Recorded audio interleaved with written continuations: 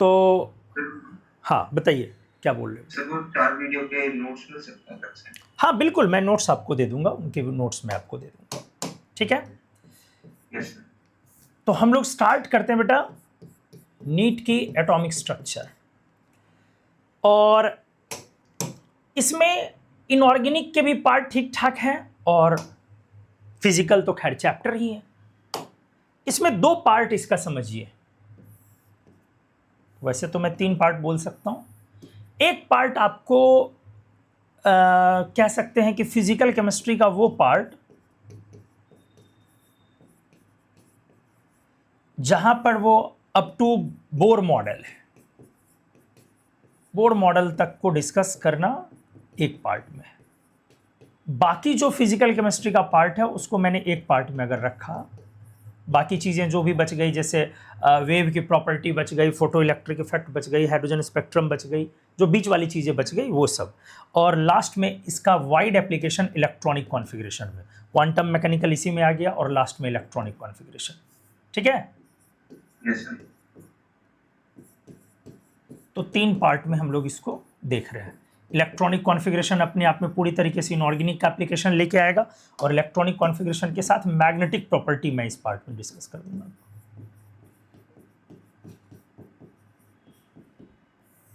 और ये वाला जो हुआ इसमें बेसिकली हम लोग फिजिकल केमिस्ट्री का ये भी पार्ट रहेगा, लेकिन इसमें हम लोग बेसिकली क्वांटम मैकेनिकल मॉडल पर ज़्यादा काम कर लेंगे,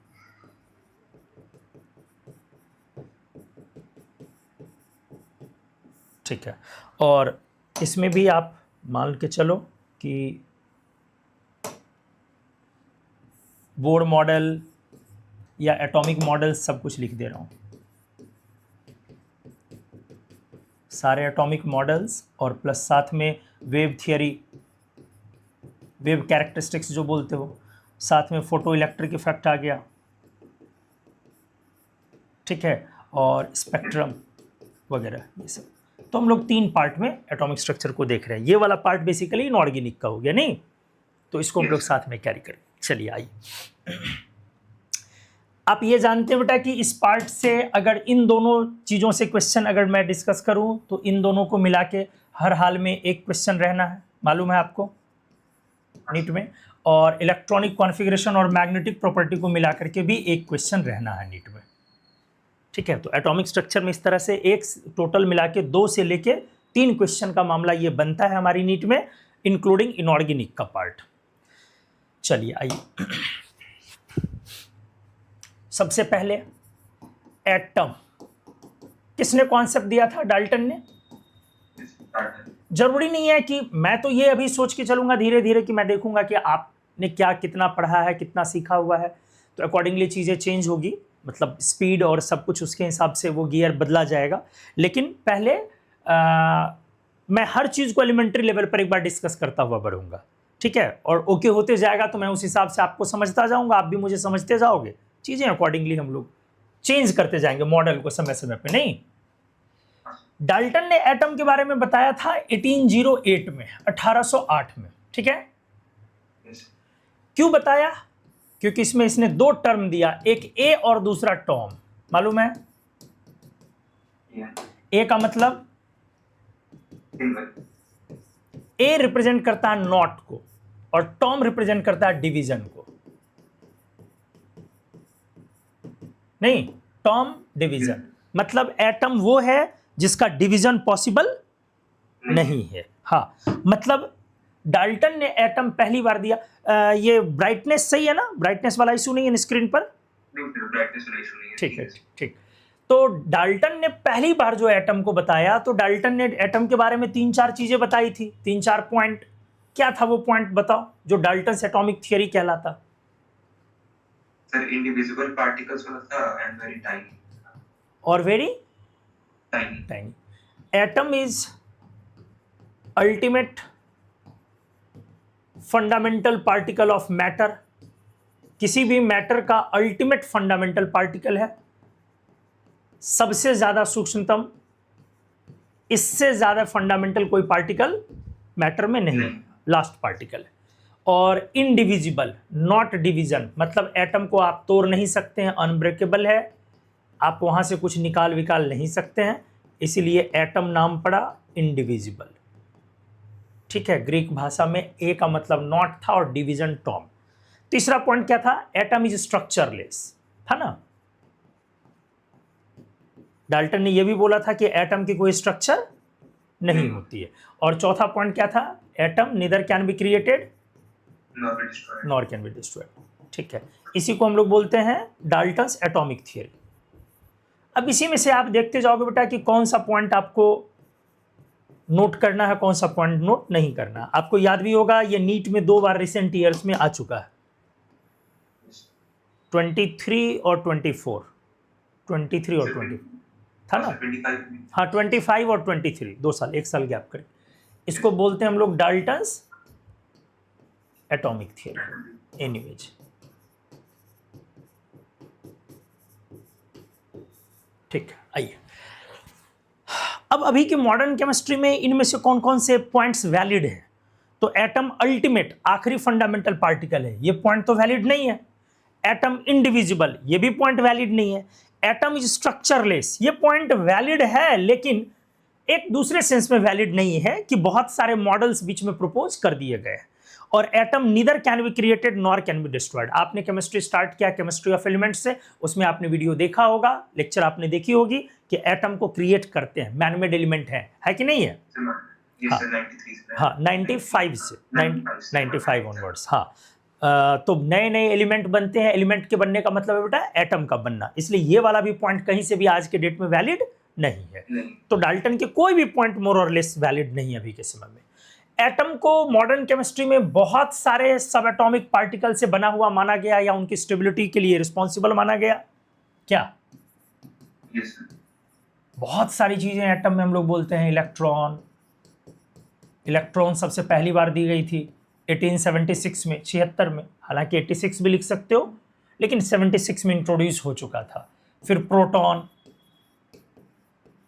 1900 में। फिर न्यूट्रॉन आया, न्यूट्रॉन 1932 में। सबसे पहली पार्टिकल इन तीनों के बाद जो आई, कौन आई थी मालूम है? पॉजिट्रॉन। हाँ, पॉजिट्रॉन को ही आप क्या बोलते हो? Anti electron. पॉजिट्रॉन को क्या बोलते हैं हम? Anti electron. मतलब ई पर प्लस लिख सकते हैं, जैसे उसमें ई पर माइनस लिखते हैं, ई पर प्लस। और हाँ, और जी ये आई थी 1932 में, मतलब जिस साल न्यूट्रॉन दिया गया उसी साल। बाकी इसके बाद तो बहुत सारे पार्टिकल्स हैं, पियोन्स, जियोन्स, ग्लूऑन्स, सेकॉन, हैपेरॉन, बेरॉन, बहुत सारे, मेजॉन्स, क्वार्क्स, नहीं है, न्यूट्रिनो, बहुत सारे सब एटॉमिक पार्टिकल्स। न्यूट्रिनो, इन सभी को क्या बोलते हैं आप? सब एटॉमिक पार्टिकल्स ना। हाँ, न्यूट्रिनो, सिग्मा, इंटरमीडिएट बोसॉन्स, बहुत तरह के, मेनी मोर। तो ये सारे सब एटॉमिक पार्टिकल्स हैं। समय समय पर इनको इंट्रोड्यूस किया गया और एटम की स्टेबिलिटी, डीके वगैरह के लिए सारे रिस्पॉन्सिबल है। ठीक है, एनीवेज हम लोग इनमें से 3 फंडामेंटल पार्टिकल को सबसे ज्यादा इंपॉर्टेंट और कॉमन लेते हैं, इलेक्ट्रॉन, प्रोटॉन और न्यूट्रॉन को, क्योंकि ये तीनों परमानेंट हैं। इन्हीं तीनों को लेने का रीजन क्या है कि ये तीनों परमानेंट है। बाकियों की कहानी क्या है? वो आया, किसी और चीज में कन्वर्ट कर गया, कभी रहा कभी नहीं रहा। बाकियों की कहानी ये है कि वो किसी और वजह से बना, कुछ देर बाद वो किसी और चीज में कन्वर्ट हो गई। क्या? मतलब तीनों परमानेंट है, बाकी सब बाकी सब टेम्पररी। वो भी सारे में होंगे नहीं होंगे, बहुत सारी बातें हो सकती है, लेकिन ये तीनों परमानेंट है। इसीलिए हम लोग इन तीनों को सिंपलेस्ट सब एटॉमिक पार्टिकल बोल देते हैं। बाकी में कहानी क्या है? वो परमानेंट नहीं है, इसीलिए वो मोस्ट इंपॉर्टेंट भी नहीं, इंपॉर्टेंट है लेकिन मोस्ट इंपॉर्टेंट भी नहीं है। तो इनको हम लोग बोल देते हैं सिंपलेस्ट सब atomic particles.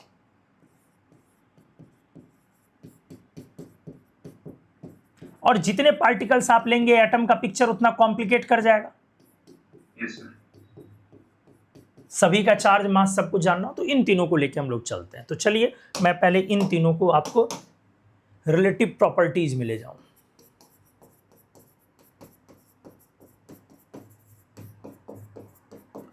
Relative properties of electron, proton and neutron. अच्छे से, जहां डाउट हो बेटा उसी समय बोलोगे। मैं कोशिश कर रहा हूं एलिमेंट्री से एलिमेंट्री चीज़ों को कवर करते हुए निकलने का, क्योंकि मुझे अभी नहीं पता है कि आपकी एलिमेंट्री चीज़ें कितनी कवर्ड हैं। अब आपको जहां लगेगा कि नहीं सर ठीक है ये सब चीज़ें मैं जान रहा हूं अच्छे से, तो हम लोग फिर स्किप करेंगे उसको। एटम में अब कहानी ये है,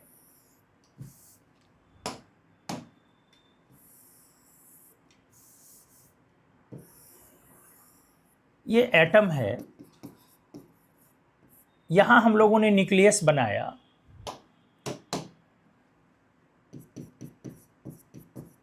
और चारों तरफ क्या है, इलेक्ट्रॉन्स हैं। ठीक, गुड। अब इस न्यूक्लियस में, न्यूक्लियस को की डिस्कवरी किसने की थी, याद है कुछ? न्यूक्लियस को किसने ढूंढा था? रदरफोर्ड ने। वो अल्फा वाला एक्सपेरिमेंट नहीं था? हाँ, गुड गुड गुड। तो न्यूक्लियस को ढूंढा रदरफोर्ड ने 1902 में, 1902 में। ठीक है, गोल्ड फॉइल वाला एक्सपेरिमेंट। हाँ हाँ, तो ईयर थोड़ा इंपॉर्टेंट होता है। गोल्ड फॉइल वाला जो एक्सपेरिमेंट था, हम लोग उस पर भी पहुंचेंगे। ईयर इंपॉर्टेंट होता है। ईयर थोड़ा सा इसलिए इंपॉर्टेंट होता है, कई बार ईयर पर क्वेश्चन आते हैं। क्वेश्चन ये आते हैं कि 4 घटनाएं लिख दी गई इवेंट, और आपको बोला गया इसका ईयर ऑफ सक्सीड जो है उसको इंक्रीजिंग या डिक्रीजिंग ऑर्डर में लगाइए। मतलब चारों घटनाएं में से पहली कौन सी घटना हुई। क्लियर? तो एक तो ये कॉम्पिटिटिव क्वेश्चन होता है। दूसरा, ईयर इसलिए इंपॉर्टेंट होता है ताकि हम समझ सकें कि इस समय में ये चीज़ें थी, इस समय में ये चीज़ें नहीं थी, और जवाब उसके हिसाब से देना। क्योंकि क्वेश्चन कई बार मॉडल के बारे में पूछता है। ठीक है, मॉडल पूछ के और उसके बाद बातें करेगा आपसे कि इनमें से कौन सा स्टेटमेंट सही है कि गलत। जैसे मैं इसको ऐसे बोलता हूँ, रदरफोर्ड मॉडल के हिसाब से, रदरफोर्ड मॉडल के हिसाब से न्यूक्लियस में ऑप्शन, अब रदरफोर्ड मॉडल के हिसाब से अब इनमें से इनकरेक्ट ढूंढना है। पहला पॉइंट, एटम का अधिकांश हिस्सा खाली होता है, सही है या गलत? सही है। सही है। दूसरा पॉइंट, न्यूक्लियस में प्रोटॉन और न्यूट्रॉन है, सही है कि गलत? सर बोले थे कि बीच में कोई पार्टिकल है। हाँ, न्यूक्लियस में प्रोटॉन और न्यूट्रॉन होते हैं, सही है या गलत? सर ये नहीं बताते कि उसमें न्यूट्रॉन्स और प्रोटॉन्स रहते हैं। तो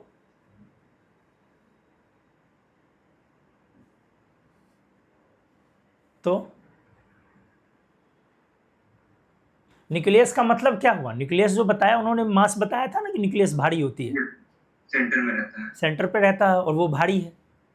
यस सर। तो उसमें प्रोटॉन और न्यूट्रॉन होते हैं, पॉजिटिव चार्ज और न्यूट्रॉन, न्यूट्रल। सही है गलत?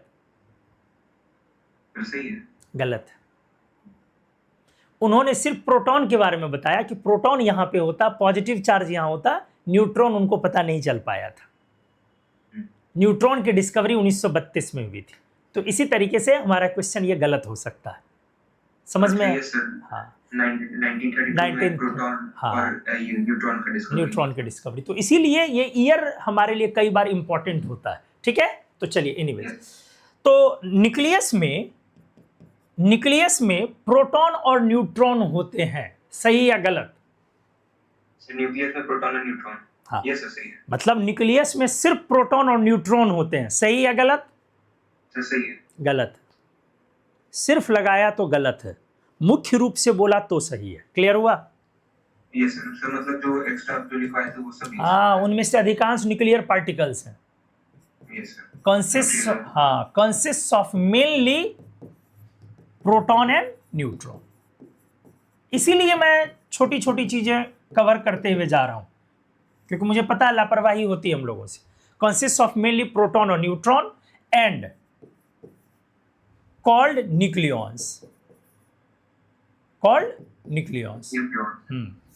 इनको एक साथ नहीं, प्रोटॉन न्यूट्रॉन को एक साथ मैंने बोला कॉमनली कॉल्ड न्यूक्लियॉन्स। आप तो जानते भी हैं न्यूक्लियॉन्स। तो इसका मतलब मैंने क्या बोला, न्यूक्लियस में पाए जाने वाले हर पार्टिकल को न्यूक्लियॉन्स नहीं बोलते हैं। क्लियर हो गया? न्यूक्लियॉन मुख्य रूप से प्रोटॉन और न्यूट्रॉन को ही हम न्यूक्लियॉन बोलते हैं। ठीक है, हाँ, बहुत सिंपल सी बात है बेटा। न्यूक्लियस कोई बैग नहीं है, कोई झोला नहीं है, कोई सैक नहीं है, नहीं है ना? तो बहुत सिंपल सी बात है, न्यूक्लियस है क्या? न्यूक्लियस एक जगह है जहां पर प्रोटॉन न्यूट्रॉन सारा एक जगह टिका हुआ है। तो बहुत सिंपल है चीजें कि न्यूक्लियस में, मतलब न्यूक्लियस में जो हम लोग वर्ड बोलते हैं, इससे लगता है कि न्यूक्लियस कोई बैग है, कोई झिल्ली नहीं है, कोई मेम्ब्रेन वहां नहीं है, प्रोटॉन न्यूट्रॉन एक जगह जमा है, जिनको हम एक साथ न्यूक्लियॉन बोलते हैं। न्यूक्लियस वर्ड इसलिए आया क्योंकि उसमें न्यूक्लियॉन के अलावे भी बहुत सारी चीजें हैं। ठीक है, Yes, sir. ठीक है। और इलेक्ट्रॉन्स चारों तरफ है, आप जानते हैं कि हाई स्पीड में इलेक्ट्रॉन्स है। गुड। अब यहां पर मुझे बताइए साइज, रेडियस ऑफ एटम कितनी है? So 10 to the power minus 10. Very good. चाहे एटम छोटी हो या बड़ी हो, सारे एटम के radius 10 to the power minus 10 metre में है, जिसको आप एंगस्ट्रॉम बोलते हो। क्लियर है? और रेडियस ऑफ न्यूक्लियस कितनी है? 10 to the power minus 15 meter. Very good. 10 to the power minus 15 metre को क्या बोलते हो? 10 to the power minus 5 angstrom.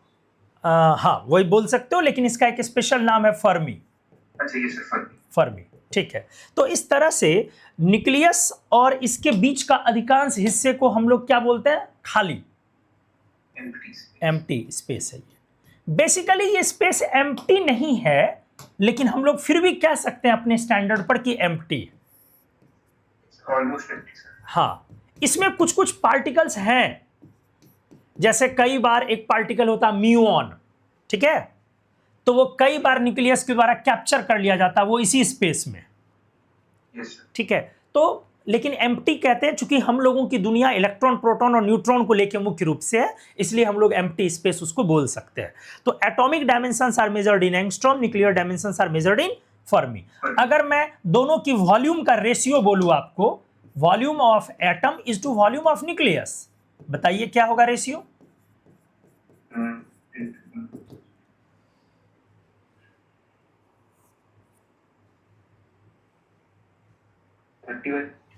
10 to the power minus 30 metre cube, हाँ माइनस 45, तो ऊपर गया तो प्लस 45, तो 10 to the power 15 is to 1। ये आपसे पूछा जाता है डायरेक्ट। अब ये रेशियो छोटी है, बड़ी है या बहुत बड़ी है? बहुत छोटी है, ये बहुत बड़ी बहुत बड़ी है। कितनी बड़ी है तो अनुमान लगा सकते हैं? दो सब्सटेंस, दो चीजों का कंपैरेटिव वॉल्यूम बोलिए, जो आपको लगता हो कि इस वॉल्यूम के आसपास हो। कोई दो चीज की वॉल्यूम कंपेयर कीजिए। जैसे मान लीजिए मैं लेता हूं एक फुटबॉल, एक फुटबॉल से की जगह के सामने में क्या ऐसा लिया जाए कि वो 10 टू द पावर 15 टाइम्स होगा वॉल्यूम में? फुटबॉल के सामने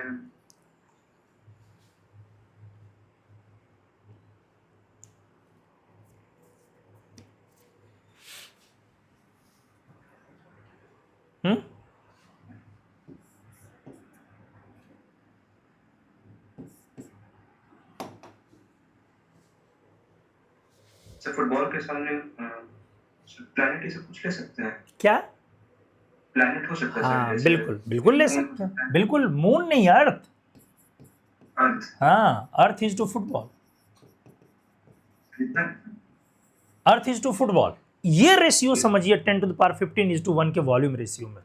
इसीलिए मतलब आप क्या बोलते हैं कि न्यूक्लियस की वॉल्यूम एटम के वॉल्यूम के रिस्पेक्ट में नेग्लिजिबल है, लेकिन एटम के रिमेनिंग पार्ट का मास न्यूक्लियस के मास के रिस्पेक्ट में नेग्लिजिबल है, क्योंकि इलेक्ट्रॉन में नेग्लिजिबल मास होती है। हाँ ठीक, तो आप ये भी लिखते हैं, वॉल्यूम ऑफ न्यूक्लियस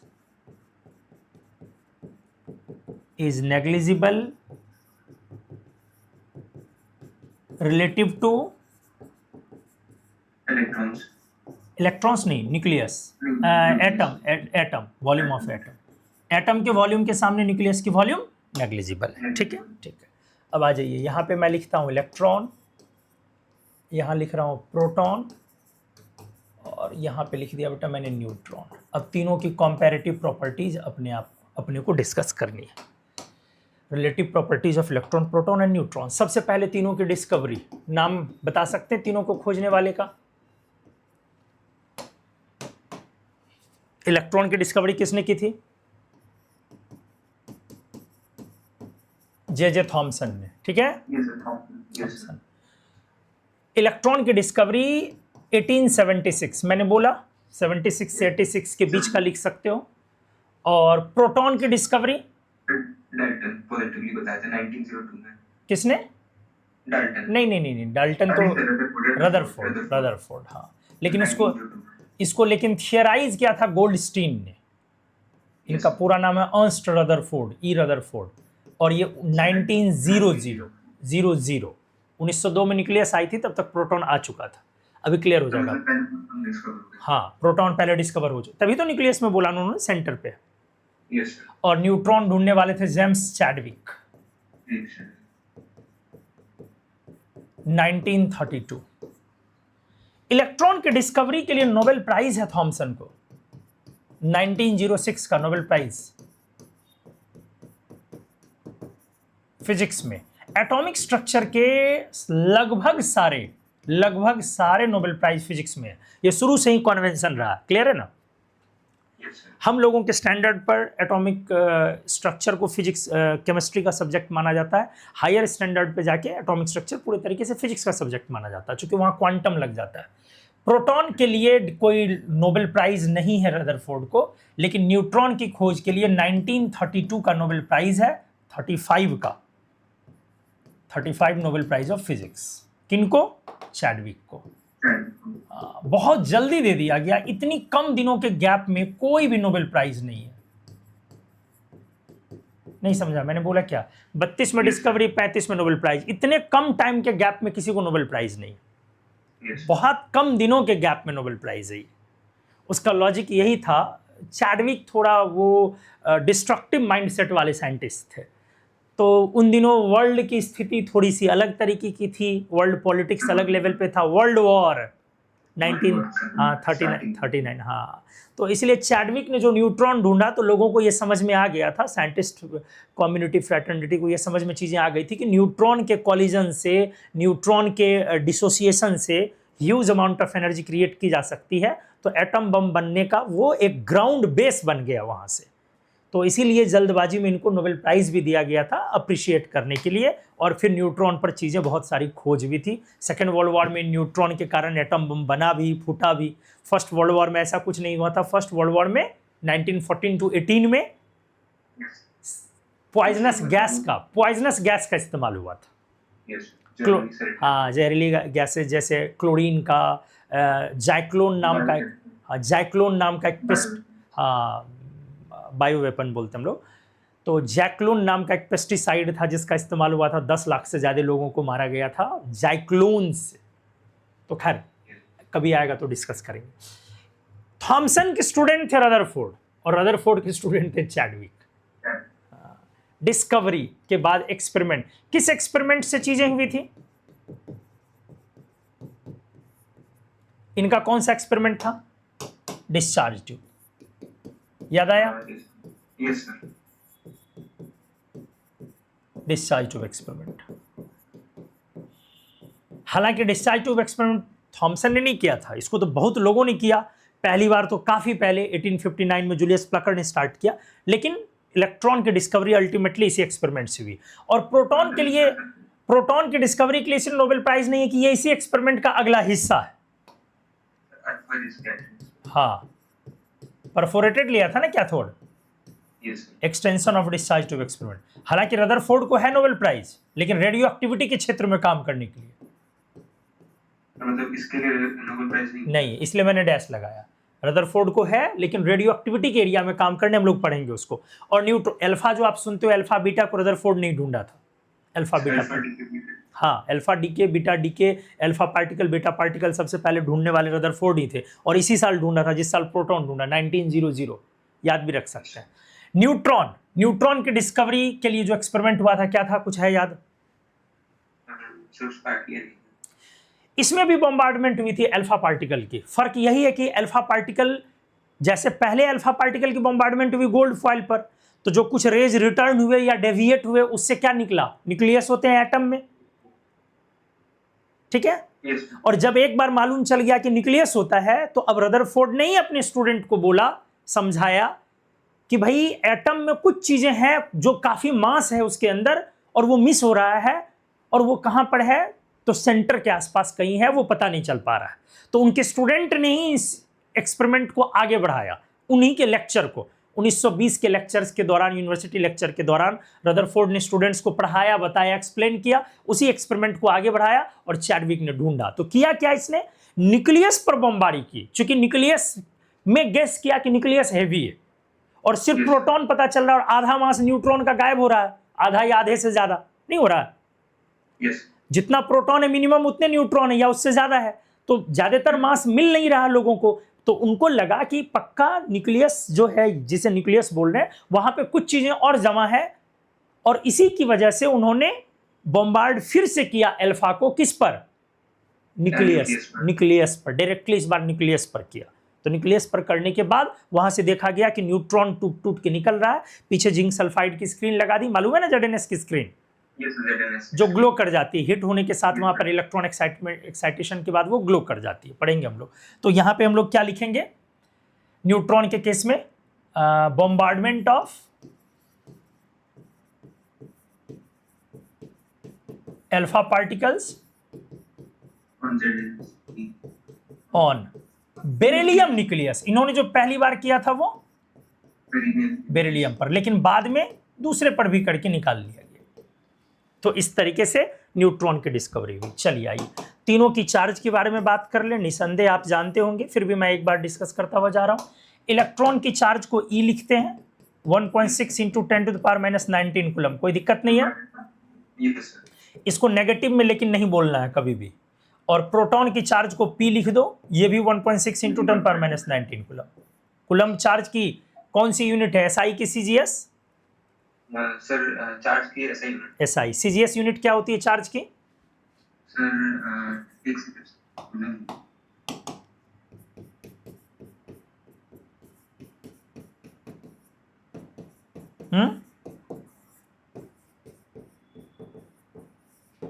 वो होती है ESU, इलेक्ट्रोस्टैट यूनिट, ठीक है। ESU क्या प्रकाश? ठीक है ना, ESU होती है SI CGS यूनिट, ओके हाँ ठीक। और न्यूट्रॉन में चार्ज 0 रहता है, लेकिन हाँ, इसको नेट इलेक्ट्रिकली न्यूट्रल बोलते हैं। ये मालूम है ना, न्यूट्रल और नेट इलेक्ट्रिकली न्यूट्रल में डिफरेंस है, क्या समझते हो कि नहीं?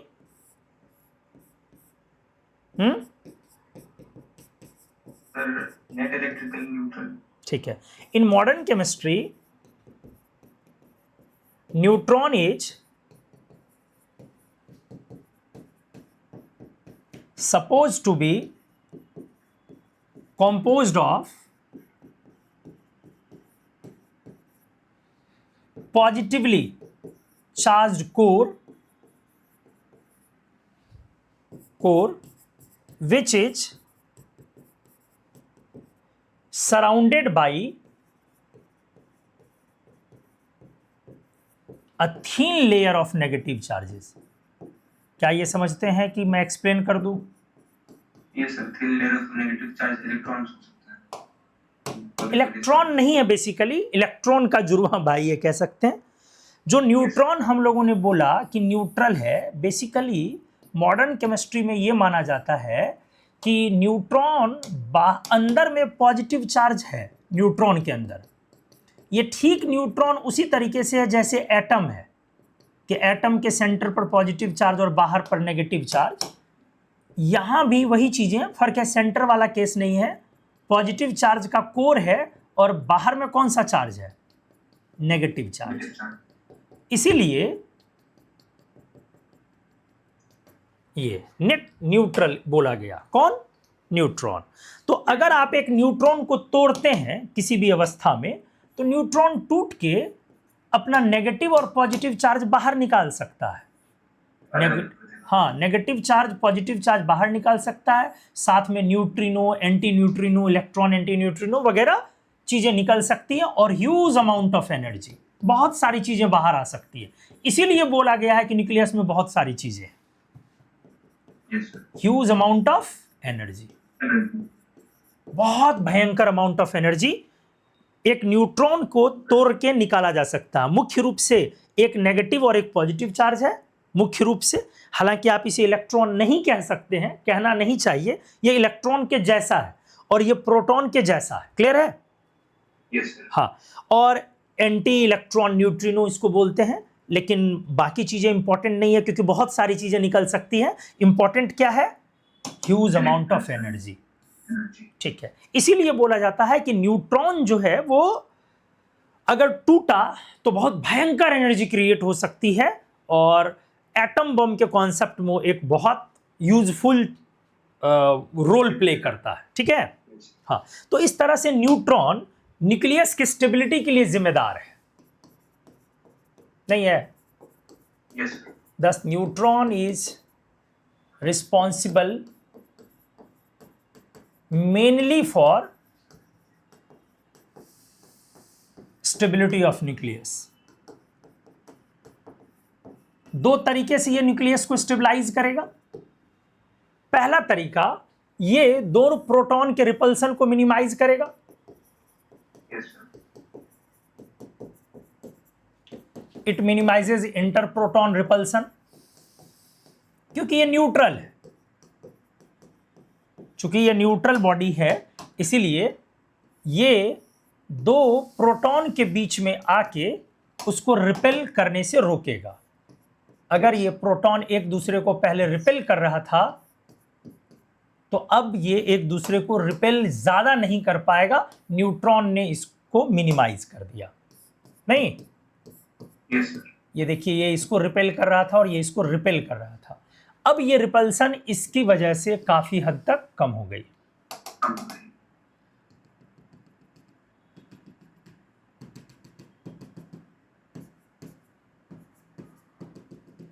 ठीक है?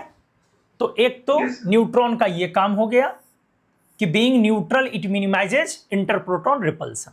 दूसरा, न्यूट्रॉन का ये काम हो गया, चूंकि इसके बाहर में नेगेटिव चार्ज ज्यादा है ना?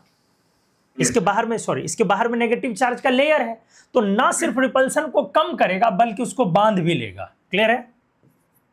Yes sir. इट दोनों एक दूसरे को अटैक करते हैं। हाँ, इट स्ट्रांगली बाइंड्स किसको?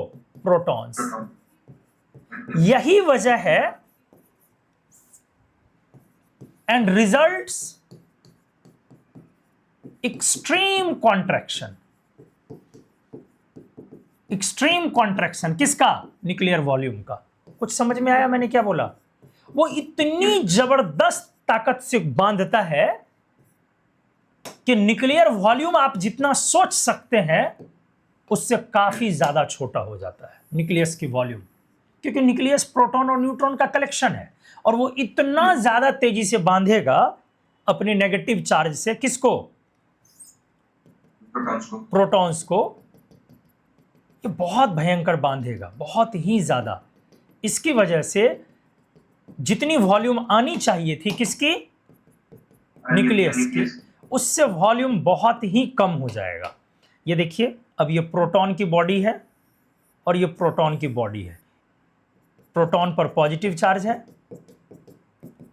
और इसको अपने नेगेटिव चार्ज से उसने बांध लिया। ये बहुत इफेक्टिव कॉन्ट्रैक्शन हो रहा है।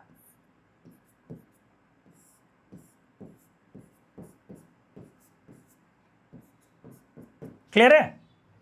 Yes sir.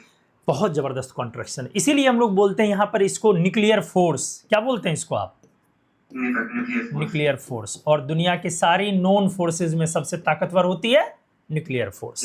हाँ, अब ये एक इस तरह से, ये प्रोटॉन था, बीच में न्यूट्रॉन है और फिर प्रोटॉन है। इस तरह से ये एक रिएक्शन क्रिएट करता है और वो रिएक्शन ये है, न्यूक्लियर रिएक्शन, कि न्यूट्रॉन का कन्वर्जन प्रोटॉन में और प्रोटॉन का कन्वर्जन न्यूट्रॉन में होते रहता है। क्या समझ में आया?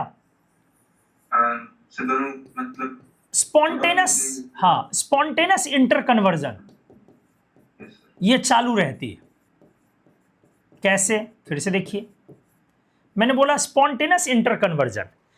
थोड़ी देर बाद इस नेगेटिव चार्ज, ये जो नेगेटिव चार्ज है, ये नेगेटिव चार्ज एक पॉजिटिव चार्ज के ऊपर आ गया, एक नया न्यूट्रॉन बन गया और उसका पॉजिटिव चार्ज बाहर चला गया। समझ में आया? Yes sir. सर, जो न्यूट्रॉन का जो नेगेटिव चार्ज रहता है वो हाँ, प्रोटॉन का पॉजिटिव चार्ज पे कवर कर लिया, तो ये एक नया न्यूट्रॉन बन गया। Yes, sir. और उसका पॉजिटिव चार्ज बाहर निकल गया तो वो क्या हो गया, प्रोटॉन प्रोटॉन बन गया। इसीलिए आपको फाइनली चाहिए क्या, किसकी संख्या ज्यादा होनी चाहिए, प्रोटॉन की या न्यूट्रॉन की, न्यूट्रॉन की। न्यूट्रॉन की। इस तरह से अगर आप न्यूक्लियस की स्टेबिलिटी चाहते हैं तो न्यूट्रॉन की संख्या हमें ज्यादा चाहिए। हाँ, 10 for stability of nucleus. There should be more neutrons. और ये अब इसका भी एक बैलेंस है, अति सर्वत्र वर्ज्य, तो इसका भी एक हिसाब किताब है। N/P रेशियो 1 से बड़ी होनी चाहिए या 1 के बराबर, लेकिन नियर अबाउट 1.5 के आसपास ही चलेगा। क्लियर हुआ? Yes, sir. Near about 1.5. हाँ, लगभग 1.5 के आसपास ही चलेगा। उससे छोटा रहे और 1 के बीच रहे, मतलब 1.5 का मतलब 1.51, 52, 53 भी चलेगा, 54 भी या 1.6 भी पहुंच गया तो कोई बड़ी बात नहीं है, लेकिन लगभग न्यूक्लियस की स्टेबिलिटी के लिए 1 से 1.5 के बीच ही आपका क्या चाहिए, रेशियो। हाँ, रेशियो चाहिए। अगर उस बीच में नहीं है, उससे ज्यादा है तो दिक्कत है, Yes. तो दिक्कत है, उससे कम है हाँ तो दिक्कत है, बहुत दिक्कत है। फिर आपको चीज़ों को समझना पड़ेगा कि वो अनस्टेबल है, फिर प्रोटॉन या तो न्यूट्रॉन में कन्वर्ट कर जाएंगे या न्यूट्रॉन प्रोटॉन में कन्वर्ट कर जाएंगे, जो भी संख्या ज़्यादा है उसको बैलेंस करने के लिए। क्लियर है? Yes, sir. हाँ, रिक्वायर्ड थ्रेशोल्ड से ज़्यादा कुछ भी नहीं चाहिए। तो इस तरह से हमने इस पेज में ये समझा कि न्यूट्रॉन जो बोला जाता है कि न्यूट्रल है, बेटर है बोलना कि न्यूट्रॉन नेट इलेक्ट्रिकली न्यूट्रल है। Neutron is a charge bearing particle. ये न्यूट्रल तो है लेकिन ये चार्ज बेयरिंग पार्टिकल है, चार्ज क्रिएट कर सकता है। चार्ज कैरी करता है। हाँ, neutron is net electrically neutral. Net neutral है, जैसे एटम। एटम न्यूट्रल है कि नेट इलेक्ट्रिकली न्यूट्रल है? Net electrically neutral. एटम के न्यूट्रलिटी को सबसे पहले किसने एक्सप्लेन किया था, बता सकते हैं?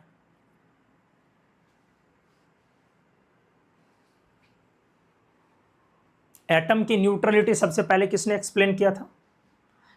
वैसे फैराडे ने, लेकिन केमिस्ट्री में फैराडे के साथ थॉमसन का नाम आता है। ठीक है, तो न्यूट्रॉन, हाँ थॉमसन, लेकिन अगर फैराडे ऑप्शन रहे तो पहले फैराडे टिक कीजिए। Neutron is net electrically neutral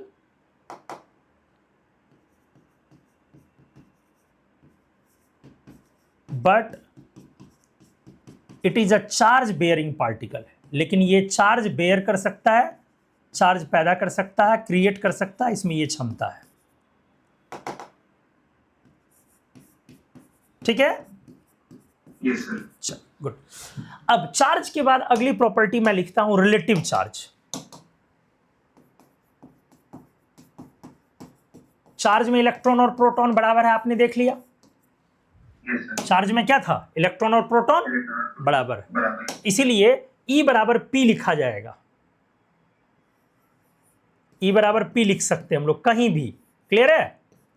yes, इसलिए मैंने मना किया, आप नेगेटिव नहीं लगा सकते। नेगेटिव चीजें एक मानी हुई चीज है, नेगेटिव कोई एग्जिस्टेंस नहीं है नेगेटिव का, तो वो एक माना हुआ चीज है। रिलेटिव चार्ज क्या लिखेंगे इस तरह से, इसको -1 और +1। हाँ, तो रिलेटिव वर्ड लगा इसलिए -1 +1 और 1 क्यों, क्योंकि दोनों इक्वल है। ठीक है? yes, sir. चलिए एक्चुअल मास की बात करते हैं, इलेक्ट्रॉन प्रोटॉन न्यूट्रॉन के एक्चुअल मास की। तो मास ऑफ इलेक्ट्रॉन Me बराबर 9.20 into 10⁻³ very good. Mass of proton बराबर, मास ऑफ प्रोटॉन 1.66 इंटू 27। 27। हाँ, और मास ऑफ न्यूट्रॉन भी लगभग इतना ही। yes, sir, same है। हाँ, 1.67 इंटू 10⁻27 किलोग्राम। 27 kg। तीनों में सबसे बड़ा कौन है? तीनों में सबसे बड़ा सर न्यूट्रॉन। उसके बाद लगभग बराबर है प्रोटॉन, और बहुत ही छोटी है इलेक्ट्रॉन। इलेक्ट्रॉन। कितनी छोटी है, क्या रेशियो है? 10⁻⁴ का। हाँ, 10⁻⁴ 4 का नहीं, 4 का नहीं। Mass of proton is to mass of electron, दोनों को जब डिवाइड करेंगे तो 1836:1। Yes sir. ठीक है, 1836:1। ये बहुत ही ज्यादा हुआ मास के मामले में। आपके वजन से 1836 गुना अगर भारी कोई चीज देखनी हो तो समझिए 40 हाथी का, एलिफेंट का वजन, तो ये बहुत ज्यादा है। ठीक है, इसीलिए हम लोग बोलते हैं nucleus is heavy, nucleus is small but heavy, नहीं? यस सर, या आप ये भी कहते हैं, और entire mass of atom is, परमाणु का जो पूरा मास होता है वो कहाँ पे सेंटर, हाँ, atom is centred at nucleus. Proton के मास के सामने में इलेक्ट्रॉन के मास को क्या बोलते हैं? नेग्लिजिबल ना, yes sir, Me is neglected,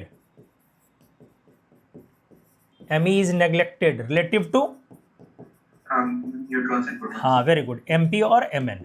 मतलब इनफैक्ट अगर ऐसा कोई सवाल हो जहां पर MP में Me को जोड़ देना हो तो हम लोग लगभग इसको क्या लेके चल देंगे? MP। एमपी। ठीक है, अब एक्चुअल मास के बाद अगला टर्म है रिलेटिव मास। अगर मैं मास की तुलना करूं, रिलेटिव मास देखूं, तो इस बार इन दोनों का बराबर है, इसलिए एक लिख दिया और एक लिख दिया, ठीक है? यस सर, और इसको लिखना पड़ेगा बेटा 1/1836 ना, यस सर, तो अप्रोक्सीमेटली 0 लिख दूं।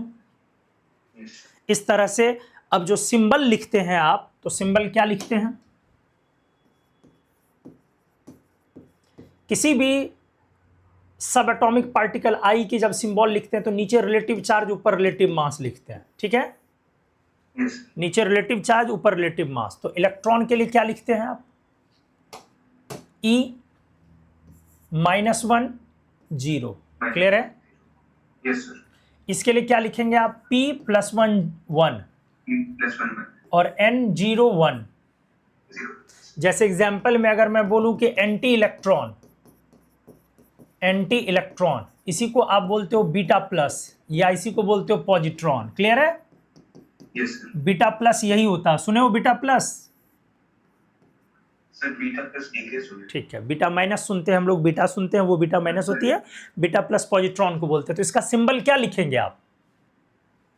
सर ई प्लस, ई पर E नीचे लिखेंगे +1 ऊपर 0, क्लियर है? यस सर, अगर मैं बोलूं कि एंटी प्रोटॉन का सिंबल लिखना है तो कैसे लिखोगे? Sir P -1। क्लियर है? ठीक है, अब मैं तीनों के लिए एक टर्म यूज कर रहा हूं, साइज। इलेक्ट्रॉन की कोई प्रिसाइज साइज अभी भी डिफाइंड नहीं है। प्रोटॉन की साइज 10⁻⁻14 मीटर होती है, ठीक है? और न्यूट्रॉन की भी साइज 10⁻⁻14 मीटर होता है। मालूम था? नहीं सर, नहीं। अब एक खास बात देखिए, इस साइज को एक बार सोचिए, किसके करीब है? सर न्यूक्लियस के साइज के करीब है या क्या है? करीब तो है ही, लेकिन करीब में क्या है? बड़ी है या छोटी है? छोटी है सर। क्या मतलब समझ में आया? छोटी है, सर प्रोटॉन का साइज न्यूक्लियस के कंपैरिजन में कम है।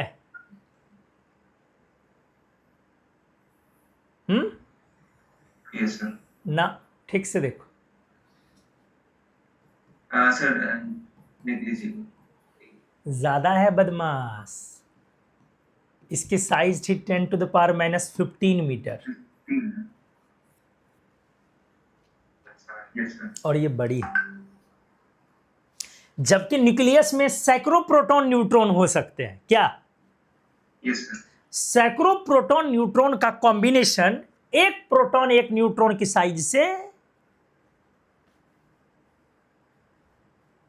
छोटी है। लॉजिक समझ में आया?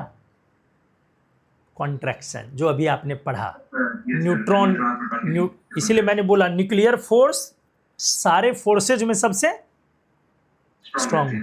न्यूक्लियर फोर्स के सामने आपका जो सामान्य कूलम्बिक फोर्स होता है वो कोई मैटर नहीं करता है, न्यूक्लियर फोर्स इतना ज़्यादा स्ट्रॉन्ग होता है, ठीक है? तो वो कॉन्ट्रैक्शन ही कारण है कि इससे ज़्यादा हमारा न्यूक्लियस क्या है? छोटा है। छोटा है। हाँ, मतलब nucleus is smaller than proton, हाँ, even smaller than a free neutron या प्रोटॉन, लेकिन फ्री। प्रोटॉन के साथ न्यूट्रॉन के छोटा हो जाता है। हाँ हाँ, लेकिन फ्री वाले न्यूट्रॉन प्रोटॉन लिए गए हैं यहाँ पे, ठीक है? वो न्यूक्लियस में नहीं होनी चाहिए। क्लियर है? तो Yes, sir. Properties, relative properties को हम लोगों ने एक बार देख लिया, ठीक है। आगे अब हम लोग इनके स्पेसिफिक चार्ज पर बात करते हैं। तो मैं एक टॉपिक ही बना रहा हूं, स्पेसिफिक चार्ज। स्पेसिफिक चार्ज आप किसको बोलते हैं? Charge is to mass ratio को। Yes, sir. जब आप charge is to mass ratio बोलते हैं तो बातें करता हूं पहले इलेक्ट्रॉन के लिए ही।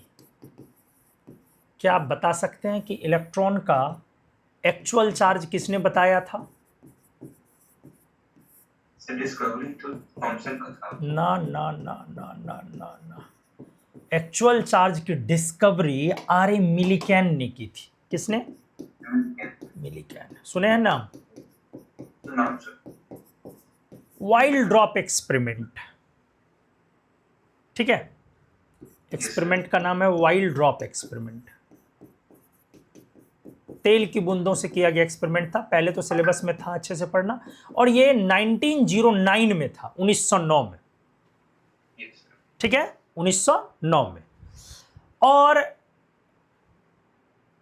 वाइल्ड ड्रॉप एक्सपेरिमेंट 1909 में। और ये इतनी बड़ी चीज ढूंढी गई कि इसके लिए इनको 1923 का नोबेल प्राइज दिया गया। 1923 नोबेल प्राइज ऑफ फिजिक्स इनको दिया गया। इतनी बड़ी डिस्कवरी थी। स्पेसिफिक चार्ज इलेक्ट्रॉन का बताने वाले साइंटिस्ट थे जे थॉमसन। 1896 में। कुछ अटपटा लगा? सर पहले कैसे हो? ये डिवाइड करके नहीं निकाला गया था। ये जो लाया गया था वो डिस्चार्ज ट्यूब एक्सपेरिमेंट से लाया गया था। डिस्चार्ज की। हाँ, डिस्चार्ज ट्यूब एक्सपेरिमेंट से लाया गया था। पॉजिटिव प्लेट के तरफ जब कैथोड रे मुड़ जाती है ना, यस सर। तो उसी से लाया गया था, उसी एक्सपेरिमेंट से, ये डिस्चार्ज ट्यूब एक्सपेरिमेंट से। तब तक इलेक्ट्रॉन के चार्ज के बारे में लोगों को मालूम भी नहीं था। चार्ज काफी बाद में आया, इसीलिए तो नोबेल प्राइज इनको मिला, ठीक है। अब इसकी वैल्यू कितनी होगी इलेक्ट्रॉन के स्पेसिफिक चार्ज? तो E/m हो गई ना। Yes sir. तो E/m वैल्यू याद है क्या? नहीं, इसकी वैल्यू याद रखनी है आपको। 1.6 10⁻19 और 9.1 इंटू 10⁻31। तो बहुत क्लियर है, ऊपर जाएगा तो 10 पर पावर 12 आ जाएगी। Yes sir. और ये 1 से छोटी होगी।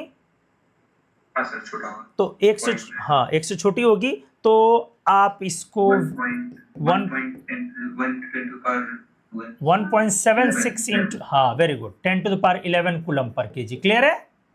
Yes sir. ये वैल्यू अपने को याद रखनी इलेक्ट्रॉन के स्पेसिफिक चार्ज को, ये इंपॉर्टेंट होगी, ठीक है। अब स्पेसिफिक चार्ज पर कई बार नीट में, जेई में, अलग अलग एग्जाम में क्वेश्चन भी आते हैं। Compare specific charge of electron, proton, neutron and alpha particle, ठीक है। क्वेश्चन है स्पेसिफिक चार्ज आपको कंपेयर करनी है इलेक्ट्रॉन, प्रोटॉन, न्यूट्रॉन और अल्फा पार्टिकल्स की। अल्फा समझते हैं आप? Yes sir. He++, नीचे 2 और ऊपर 4 होती है। Yes sir. ठीक है, very good very good very good, अच्छे से। अब बेटा बताइए चार्ज। तो चार्ज तो सभी के लिए, चार्ज तो ई ही है, 0 है, 2p है, 2p को 2e लिख दिया। अब मास, चूंकि कंपेयर करनी है तो me हो गई, mp को 1836 me लिख दिया। Yes sir. ये तो mn है, यस सर, इसको भी सेम ये तो 0 हो जाएगी, डिवाइड करनी है। और ये चार्ज मास में क्या आएगा जरा गौर से देखो। मास जो एटम का होगा वो इलेक्ट्रॉन, प्रोटॉन, न्यूट्रॉन 3 वजहों से होता है। Yes sir. लेकिन इनमें से किसके मास को हम नेग्लेक्ट करते हैं?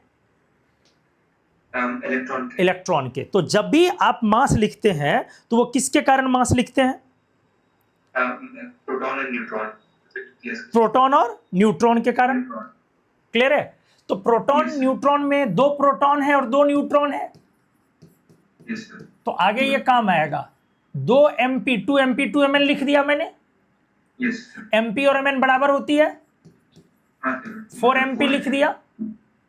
Yes sir. तो मास इसका हो गया 4mp। 4mp को क्या लिख सकते हैं?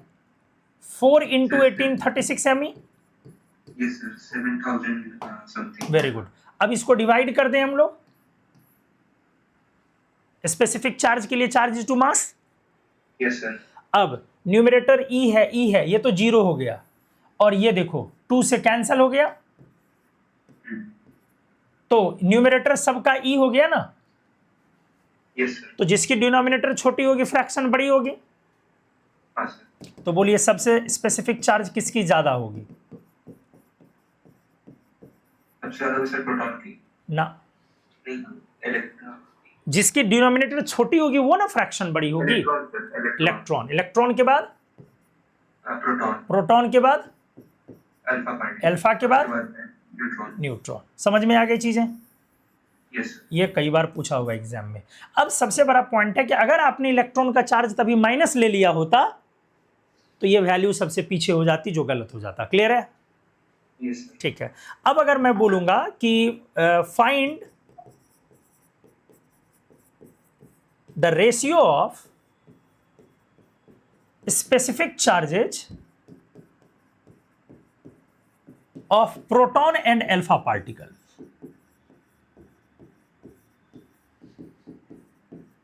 क्या दिया क्वेश्चन?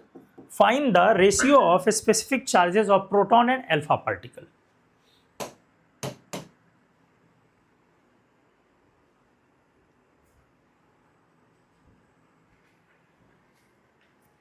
यहीं से सवाल बन जाएगा। Yes sir. क्या आंसर हो जाएगा बोलो?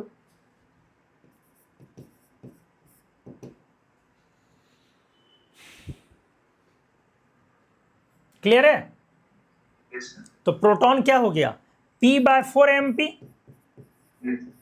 सॉरी P/mp P/mp और डिवाइडेड बाय अल्फा, तो multiplied by 4mp/2p। Yes sir.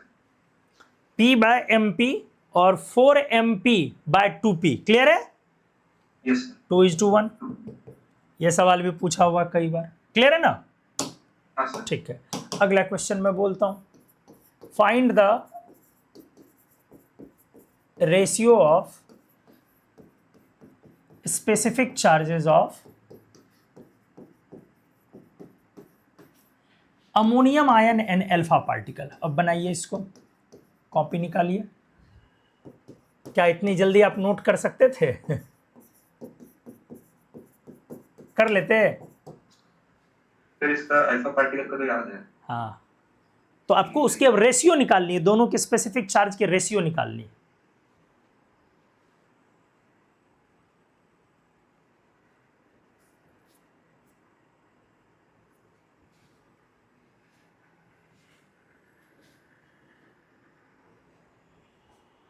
Proton और ये alpha, ammonium ion and alpha particle. Ammonium ion समझते हैं आप? Yes sir. NH3+। NH4+। हाँ,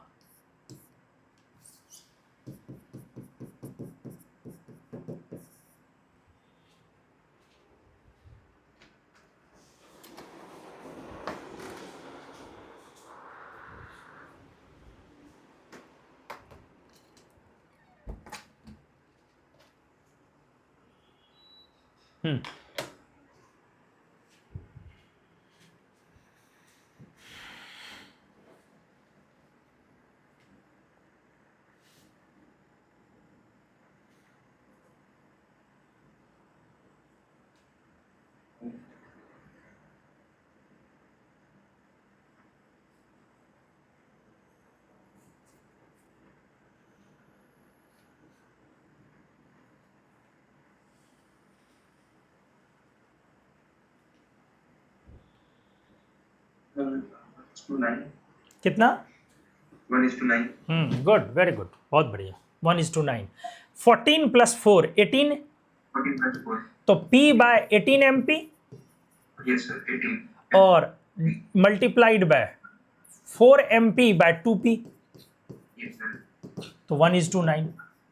ठीक है ना? यस। चलिए, अगर मैं बोलूं सेम क्वेश्चन, लेकिन इस बार मैं चीजें बदल दूं। Find the ratio of specific charges of ammonium and sulphate ions.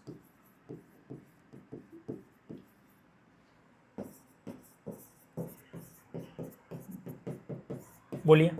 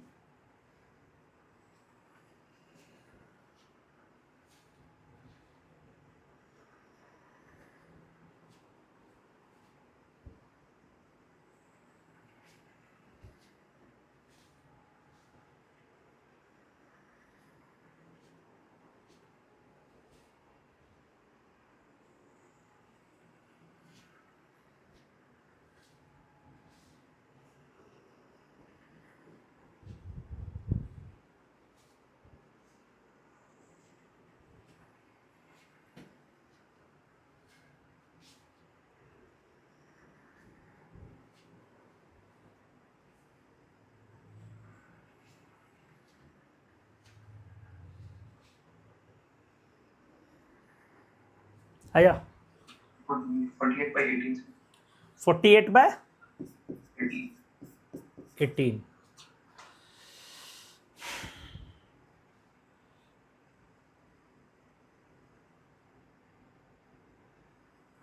मतलब 8:3 ना।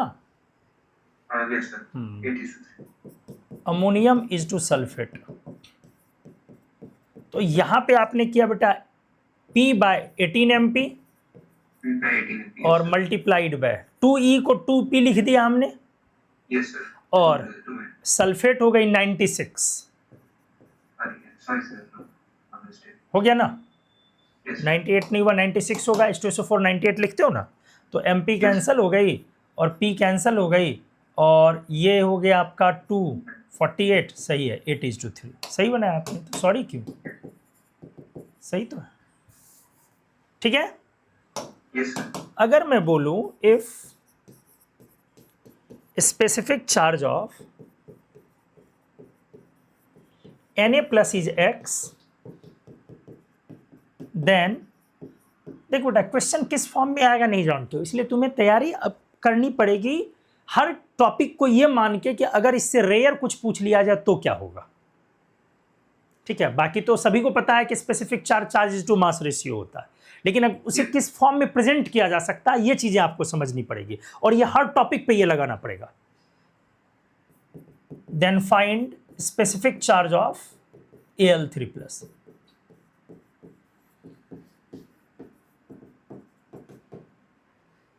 यदि Na+ के स्पेसिफिक चार्ज X है तो आपको Al3+ के स्पेसिफिक चार्ज बतानी है।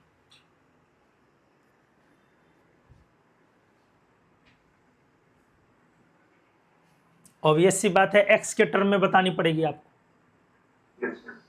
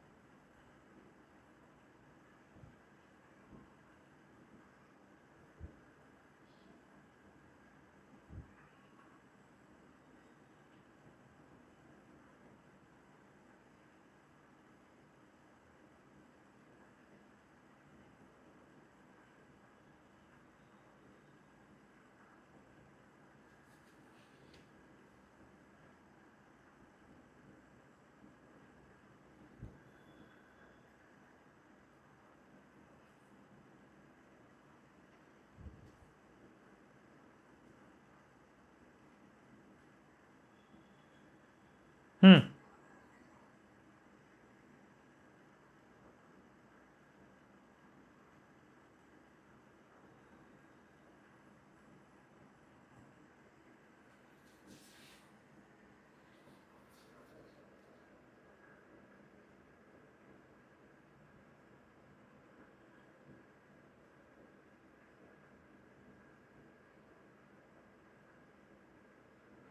यदि स्पेसिफिक चार्ज Na प्लस की x है तो स्पेसिफिक चार्ज Al3 प्लस की क्या होगी? आया कुछ?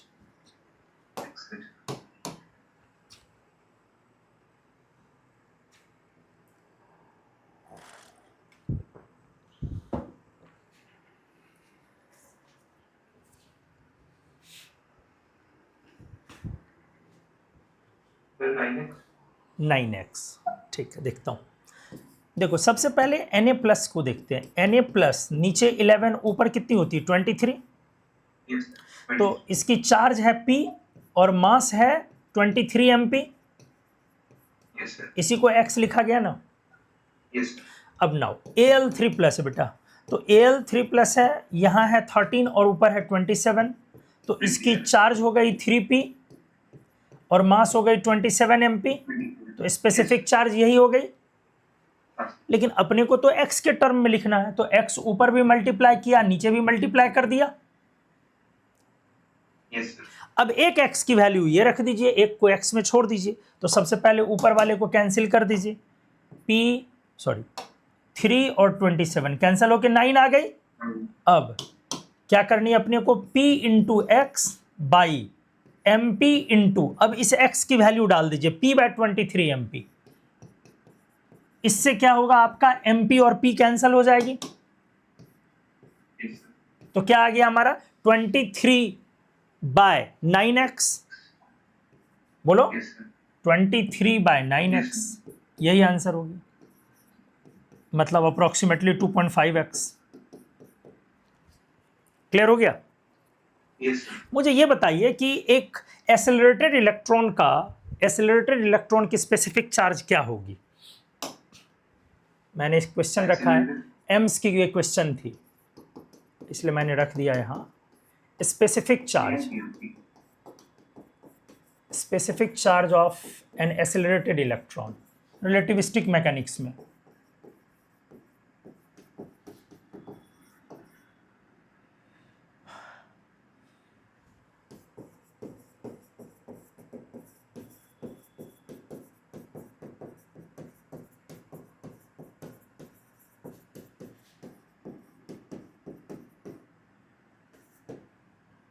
अनुमान लगा सकते हैं?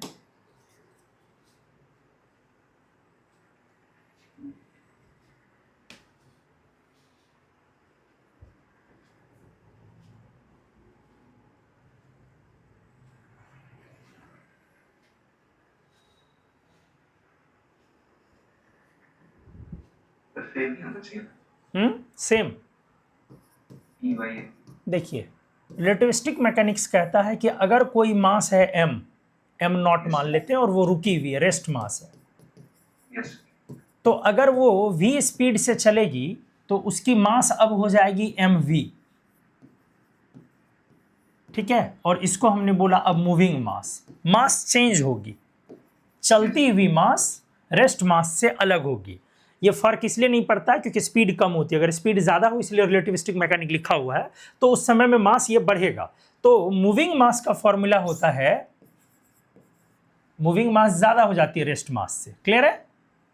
yes sir मूविंग मास का फॉर्मूला है m not divided by 1 minus square root of v square by c square. Clear है?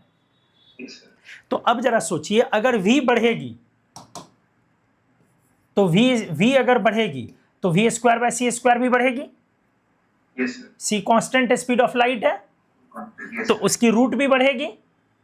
yes sir तो अगर ये भी बढ़ेगी तो 1 minus square root of v square by c square क्या हो जाएगी? घटेगी। हाँ सर अगर ये टर्म घटी तो डिनोमिनेटर घट गई। डिनोमिनेटर घटेगा तो ऊपर बढ़ जाएगा। समझ में आ गया? इसीलिए मैंने बोला कि स्पीड बढ़ने से मास क्या होते चला गया? बढ़ते चला गया। और अगर अब स्पीड क्यों बढ़ रही है? क्योंकि एक्सेलरेशन है। yes sir तो एक्सेलरेशन से स्पीड बढ़ गई, स्पीड बढ़ने से मास बढ़ गई। अब मास बढ़ गई तो स्पेसिफिक चार्ज क्या होता है?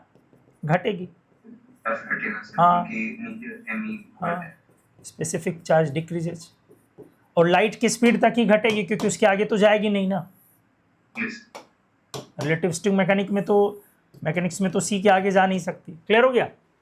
ठीक है। yes तो ये एक टॉपिक था, इसको मैंने स्पेसिफिक चार्ज को बताया। इस तरह से अगर मैं बोलूं रिप्रेजेंटेशन ऑफ एलिमेंट। एलिमेंट्स की रिप्रेजेंटेशन आप लिखते हैं, अगर कोई एलिमेंट Z तो यहाँ X, तो यहाँ Z और A लिखते हैं। Yes sir. X क्या हो गई? Symbol, element. हाँ सिंबल एलिमेंट हो गई।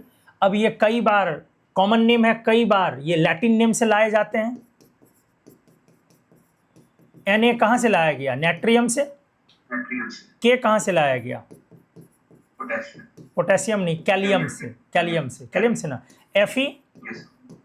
फेरम। फेरम से। Cu क्यूपरम, सीएम सर कुपरम। क्यूपरम से। Sn एसएन सोनो स्टैनम से। पैनल। हाँ Sb लाई गई स्टीबियम से, ठीक है। Ag कहाँ से लाई गई? Silver. Ag argentum, good, yes. Argentum से। Pb कहाँ से लाई गई? प्लम्बम। Plumbum, good. Hg कहाँ से लाई गई? हाइड्रोडायन। हाइड्रागायरम, गुड। और W कहाँ से लाई गई? वोल्फ्रम, ठीक है। Yes sir. Au कहाँ से लाई गई? ऑरम। Very good. चलिए, Z को आपने बोला एटॉमिक नंबर।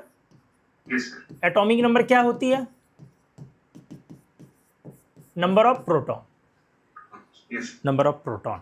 और ये संजोग से बराबर होता है नंबर ऑफ इलेक्ट्रॉन के, क्योंकि एटम न्यूट्रल है। और A क्या हो गई? Mass number. Mass number. Atomic mass भी लिखते हैं फिजिकल केमिस्ट्री में, इनऑर्गेनिक में मास नंबर बोलते हैं। तो A इक्वल्स टू क्या बोलते हो? P प्लस N ना। Yes sir. तो N जब भी निकालनी पड़ी तो A माइनस Z हो गई ना। Yes sir. ठीक है, गुड। अब सवाल है कि अगर मैं आपको बोलूं क्वेश्चन के तौर पे कि symbol of an element represents, किसी भी एलिमेंट का सिंबल किस चीज को रिप्रेजेंट करता है? मैंने ऑप्शन ए में दिया नेम, बी में लिखा इट्स एटॉमिक मास, सी में लिखा इट्स एटॉमिक नंबर, और डी में लिखा ऑल।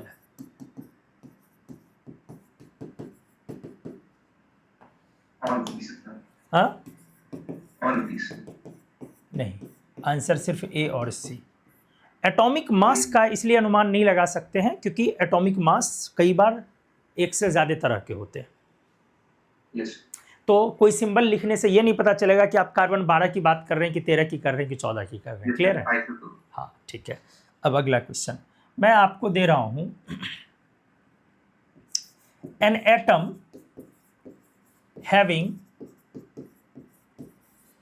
16 इलेक्ट्रॉन्स, 18 प्रोटॉन्स,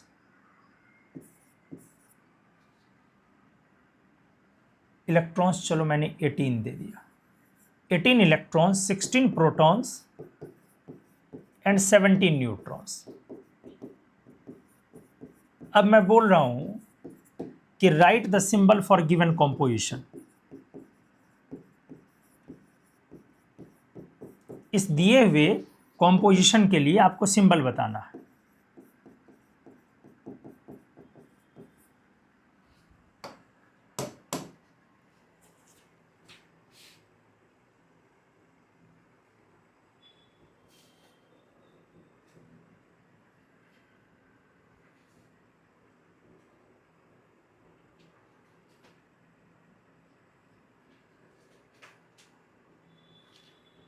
क्वेश्चन समझ में आ गया? यस। सबसे पहले एलिमेंट फाइंड आउट करेंगे प्रोटॉन से। तो proton 16, sulphur. Yes sir. Sulphur अब 33। इलेक्ट्रॉन चूंकि 2 ज्यादा है, यस सर। इसीलिए 2 इलेक्ट्रॉन गेन हुआ तो s पर 2 माइनस। Yes sir. अब बेटा न्यूट्रॉन से मास नंबर निकालोगे तो मास नंबर हो गया n प्लस p, n हो गई 17 और p 16, 33। Yes sir. तो आंसर क्या लिखोगे आप? s पर 2 माइनस, s पर 2 माइनस, नीचे 16 ऊपर 33। क्लियर हो गया? यस। यही मैं पूछ रहा था। क्लियर हो गया ना? हाँ सर। ठीक है। मैं कह रहा हूं कि आप एटॉमिक नंबर बताइए नीचे दिए हुए सब्सटेंस का।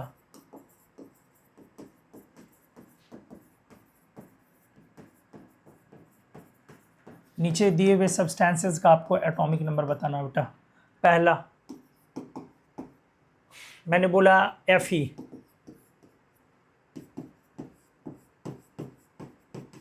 बोलिए Fe के एटॉमिक नंबर। आयरन हाँ, याद नहीं है?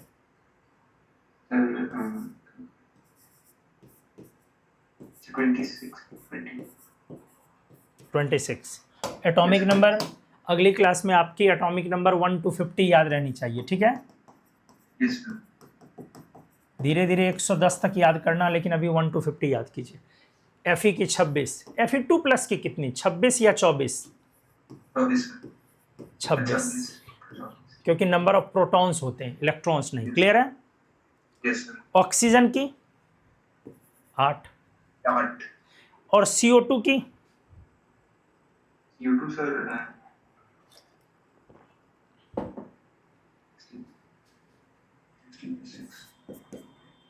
6 सर।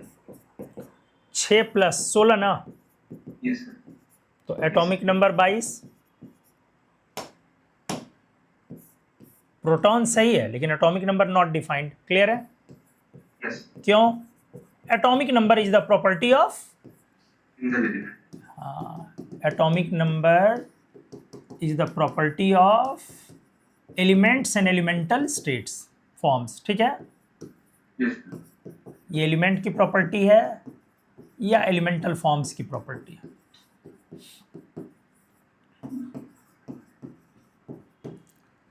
O2 की O2 का 16 या नॉट डिफाइंड? क्या? एलिमेंटल फॉर्म तो वेरी गुड, एलिमेंटल फॉर्म के लिए तो ऑक्सीजन के एलिमेंटल फॉर्म O2 ही है, इसलिए क्या हो जाएगी Z = 8। O3 की सर Z = 8 हो जाएगा। बिल्कुल, क्योंकि ये एलोट्रॉप है। क्लियर है? और एलोट्रॉप्स जो होते हैं वो एलिमेंटल फॉर्म होते हैं।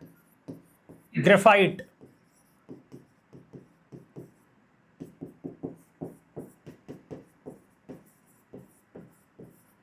बोलिए।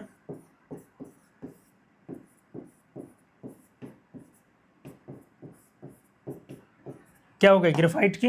नॉट डिफाइंड होगी या डिफाइन होगी? ग्रेफाइट कार्बन के एलोट्रॉप है और एलोट्रॉप्स, हाँ हाँ, फॉर्म अलग अलग है ना, एलिमेंट्स या एलिमेंटल फॉर्म्स, इसलिए अभी भी 6। डायमंड भी 6 होगी। और C60 बोलते हैं बकमिंस्टर फुलरीन, पता है? C60 मालूम है? बकमिंस्टर फुलरीन, नाम हाँ, फुलरीन का ही एक टाइप होता है ये। ठीक है? तो ये भी देखो, भले ही 60 कार्बन एटम है, लेकिन अल्टीमेटली है क्या? कार्बन। कार्बन एलिमेंट है, सिर्फ कार्बन है, इसलिए एटॉमिक नंबर अभी भी 6। D2 1, क्योंकि ये आइसोटोप्स हैं और आइसोटोप्स तो एलिमेंट ही होते हैं। क्लियर हो गया? तो ये मैंने एटॉमिक नंबर पर बोलो। इसमें कोई कंफ्यूजन? देखो, मैं छोटी छोटी चीज़ों को इसलिए डिस्कस करता जा रहा हूँ कि कहाँ पे क्या प्रॉब्लम है, नहीं है, वो तो करने पर ही पता चलेगा। ठीक है? कोई दिक्कत नहीं ना? ठीक है, मैं आपको अगला एक क्वेश्चन ऐसे दे रहा हूँ।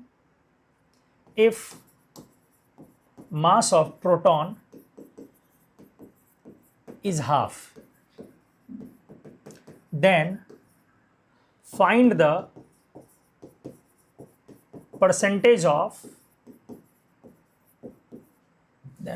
percentage change in atomic mass of carbon 12।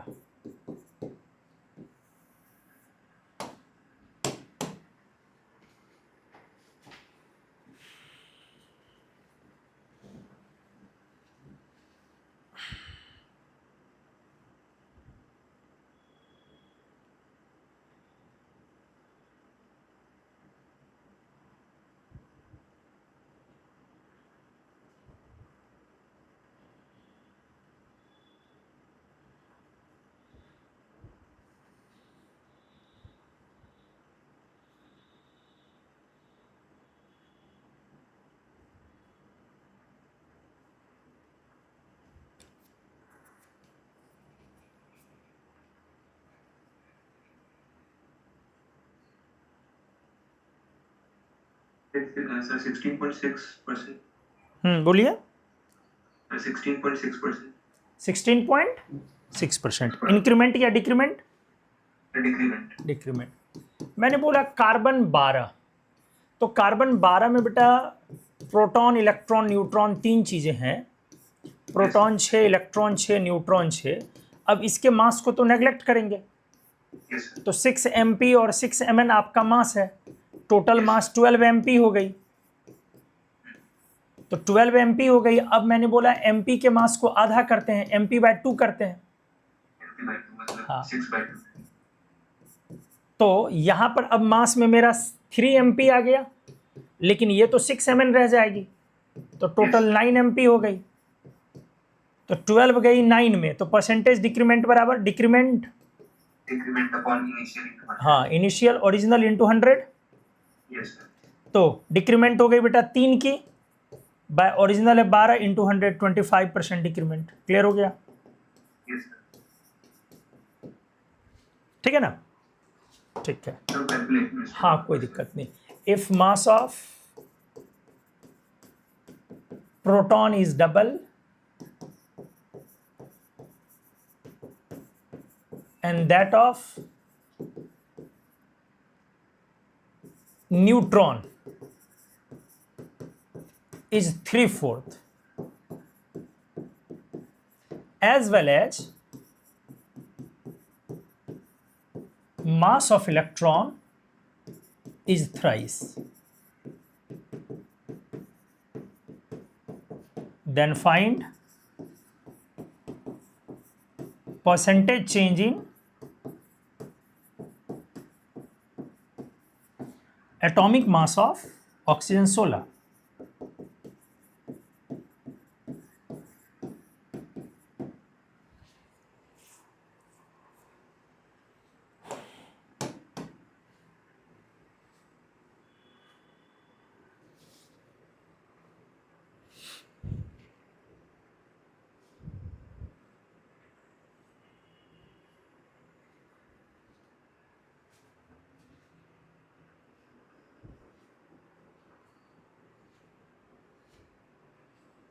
Twelve point 5%। Increment के डिक्रीमेंट? Increment sir. ऑक्सीजन 16 है, तो 8 mp 8 mn। 8 mp 8 mn। ठीक है, इलेक्ट्रॉन को नेगेटिव। हाँ, इलेक्ट्रॉन नेग्लिजिबल। अब है कि mp को आपने 2 mp किया, यस। mn को आपने 3/4 mn किया, और me को आपने 3 me किया। नहीं, यस। तो किसको चेंज को नेग्लेक्ट कर दें? Electron sir. इलेक्ट्रॉन। तो अब हो गई वो 16 mp प्लस 3/4, तो 6 mn, तो 22 mp, और यहाँ 16 mp, तो देयरफॉर परसेंटेज चेंज 6 से बढ़ गई, 6/16 इंटू 100। क्या यही आया? यस सेम है। कितना आ गया? 12.5%। 12। यस हाँ, 12 कैसे? 37 ना, 12 into 3, 12.5 into 3, sorry। 37.5% ना। Yes sir. कैलकुलेशन में मत गड़बड़ाइए बेटा। क्लियर हो गया? सर 3 मल्टीप्लाई करा ठीक ठीक ठीक ठीक ठीक है। अगले एप्लीकेशन में देखो, मैं ऐसे दे रहा हूँ आपको। मैंने आपको बोला ए trivalent cation atom having 14 neutrons is isoelectronic with neon.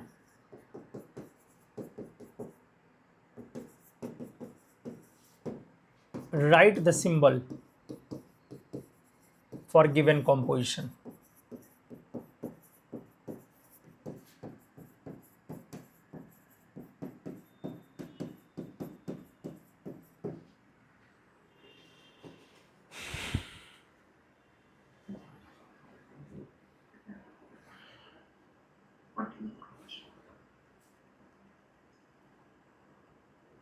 Sir 14 neutrons तो ये सिलिकॉन हो जाएगा।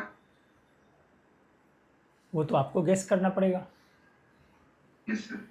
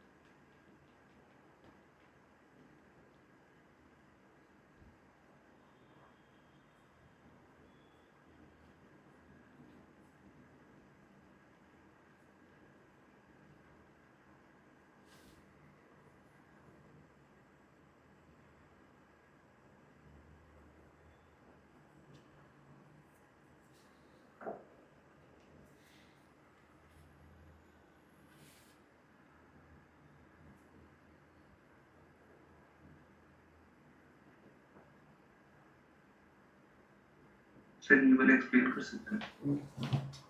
क्या बना दो? यस। चल, ट्राइवेलेंट कटायन एटम 3+, क्लियर है? Yes sir. अब इसमें मैंने हिंट दिया न्यूट्रॉन है 14, सही है? यस।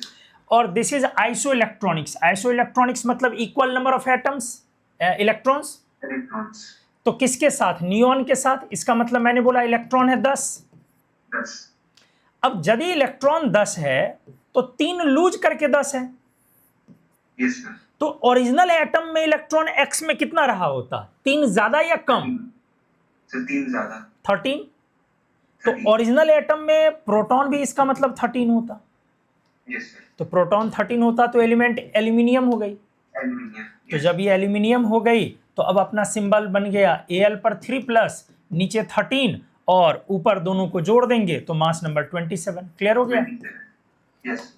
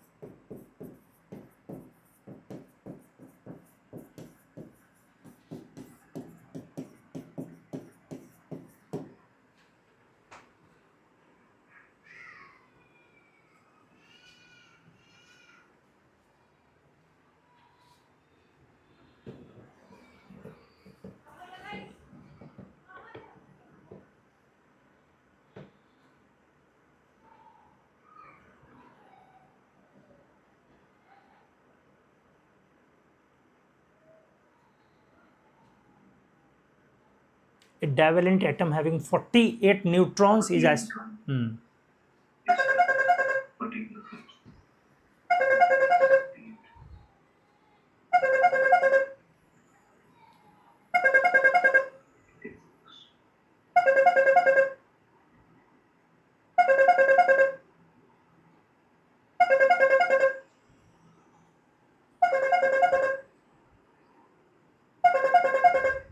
एक मिनट।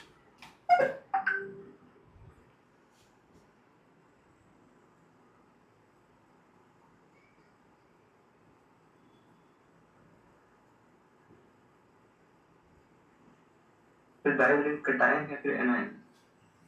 हाँ, नहीं नहीं, वही तो समझना, यही तो इस क्वेश्चन की beauty. Yes sir. Iso electronic.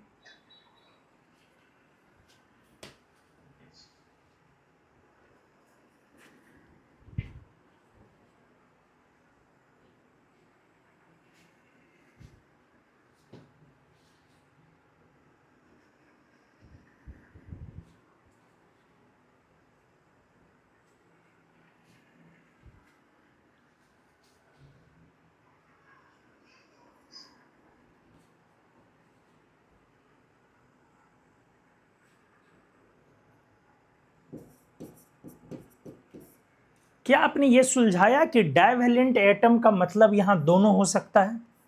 Yes sir, दोनों कैटायन और एनायन। गुड। तो x पर 2 प्लस या 2 माइनस दोनों हो सकता है। Yes sir. अब न्यूट्रॉन दोनों में ही कितना है? 48 है। 48। अब मुझे नहीं मालूम है कि किसके बारे में बोला जा रहा है, मुझे दोनों केस लेके चलने हैं। अब ये आइसोइलेक्ट्रॉनिक है, noble gas of fourth period, तो noble gas of fourth period क्या हो गई? क्रिप्टन हो गई। तो इलेक्ट्रॉन्स कितने हो गए क्रिप्टन में? 36। तो इलेक्ट्रॉन्स यहाँ भी 36, इलेक्ट्रॉन्स यहाँ भी 36। अब ये दो लूज करके 36 है, इसका मतलब प्रोटॉन 38 रहा होगा। यस। तो एलिमेंट स्ट्रोंसियम रही होगी। Yes sir. और ये दो गेन करके 38 है, इसका मतलब है दो गेन करके 36 है, इसका मतलब इसका प्रोटॉन 34 रहा होगा। तो एलिमेंट सेलेनियम रही होगी। तो इस तरह से आपके अब दो आंसर आएंगे। पहला स्ट्रोंसियम, ऊपर 2 प्लस, नीचे 38, और यहाँ दोनों को जोड़ दोगे, जोड़ोगे ना? Yes sir. तो 86 ना? 86 यस सर। और 86। और दूसरा आपका आ गया सेलेनियम, जिस पर 2 माइनस होगी, नीचे 34 और ऊपर दोनों को जोड़ दोगे 82। ये दोनों ही आंसर होंगे। क्या समझ में आया अच्छे से? Yes sir. तो आज यहीं पे बेटा छोड़ देता हूँ, ठीक है? हाँ, नहीं वो पीडीएफ भेज दो। उम्मीद है आपको ये समझ में आया होगा कि मैं एलिमेंट्री चीज़ें लेके चल रहा हूँ, लेकिन स्पीड में लेके चल रहा हूँ कि कहीं कोई अगर गैप है तो वो फिल होता जाए। Yes sir. क्या है, या एलिमेंट्री चीज़ें स्किप करनी है? सर इसको कंटिन्यू कीजिए सर। अच्छा, ठीक है। तो इसमें स्पीड भी हो जाएगी, और थोड़ा सा जैसे मैं नॉर्मल बैच में जैसे पढ़ाता हूँ, तो नॉर्मल बैचेस में जो अभी तक आज आपको कराया, यहाँ तक पहुँचने में 3 क्लास लगती है, ठीक है? तो मैं हर दिन कोशिश करूँगा नॉर्मल बैचेस के आपके 2 से 3 लेक्चर कवर हो एक दिन में, और इसमें फिर जहाँ दिक्कतें आएंगी हम लोग उसके अकॉर्डिंग अपना प्लान चेंज करते रहेंगे, ठीक है? तो हम लोग अगली क्लास में बेटा फिर इसको आगे बढ़ाते हैं एटॉमिक स्ट्रक्चर को, ठीक है ना? मैं पीडीएफ आपको भेज दूंगा, इसमें से आप देखते रहेंगे कि जो जो चीज़ें आपको लिखनी है बस वही लिखेंगे, पूरे नोट्स नहीं बनाने, ठीक है? हाँ बोलो, क्या बोल रहे थे? इसको प्रिंट करवाना चाहते हो? देखो बेटा, हाँ करा सकते हो, लेकिन प्रिंट कराने में आप ही का नोट्स हेवी हो जाएगा, इसलिए ज़्यादा बेटर होगा कि बहुत कम चीज़ें निकालिए इसमें से। और दूसरी बात है कि नोट्स लिखने की आदत होनी चाहिए। लिखने से बहुत सारी चीज़ें याद होती है, और लिखने के दौरान बहुत सारी चीज़ों में हमें समझ में आता, अरे उस समय में ये चीज़ें मुझे समझ में नहीं आई थी, ये अभी समझ में आ रहा, या उस समय में मुझे ये डाउट आया नहीं था, अब ये डाउट आ रहा। इसलिए नोट्स लिखना चाहिए बेटा। कम लिखिए, एकदम कम लिखिए, जो चीज़ें आपको लगे कि यूजफुल है आपके लिए आप वो लिखिए, जो आपको याद नहीं हो पा रहा, क्योंकि मैं तो सारे इंपॉर्टेंट ही पढ़ाऊंगा, ठीक है? ठीक है ना? Yes sir. ठीक है बेटा, चलो अगली क्लास में हम लोग इसको यहाँ से आगे बढ़ाते हैं, ठीक, थैंक यू। हाँ, होमवर्क आपके लिए आज के लिए है एटॉमिक नंबर 1 to 50 के लिए, ठीक है? फिर अगली क्लास में वहाँ से होमवर्क आगे बढ़ाएंगे, मैं देता चलो जाऊँगा। टेस्ट, होमवर्क सब कुछ इतना जाएगा कि आप मतलब आप खाली नहीं रहेंगे, ऑक्यूपाइड रहेंगे पूरे तरीके से। टेस्ट वगैरह सब कुछ इतना जाते रहेगा कि आप ऑक्यूपाइड रहेंगे पूरी तरीके से, ठीक ना? यस। ठीक, चलो ओके, बाय।